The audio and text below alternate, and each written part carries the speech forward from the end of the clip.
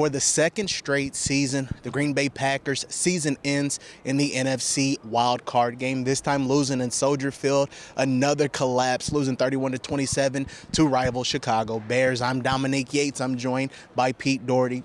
Well, Pete, the Packers started playing well.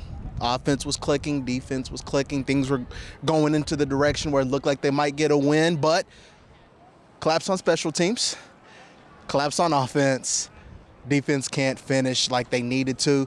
Have you heard that story before? Yeah, we've been through this a bunch of times this season.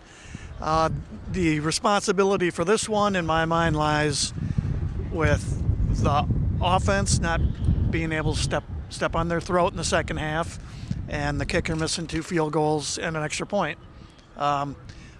Combined, that was just more, because this defense was out Micah Parsons and Devontae Wyatt, their best defensive player, and then their next most important.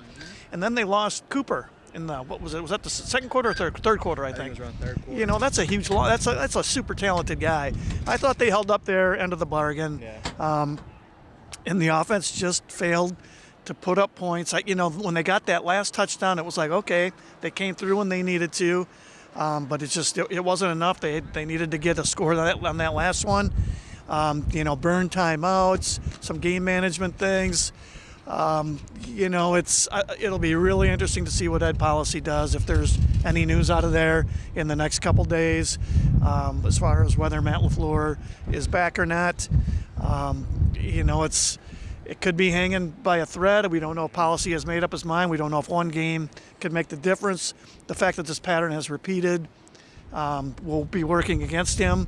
But, nobody knows except for Policy, what he's going to do. So we'll find out in the next day or two whether Matt LaFleur gets a contract extension or whether they make a change. Yeah, I guess that's the biggest thing that stands out. And, you look at this team.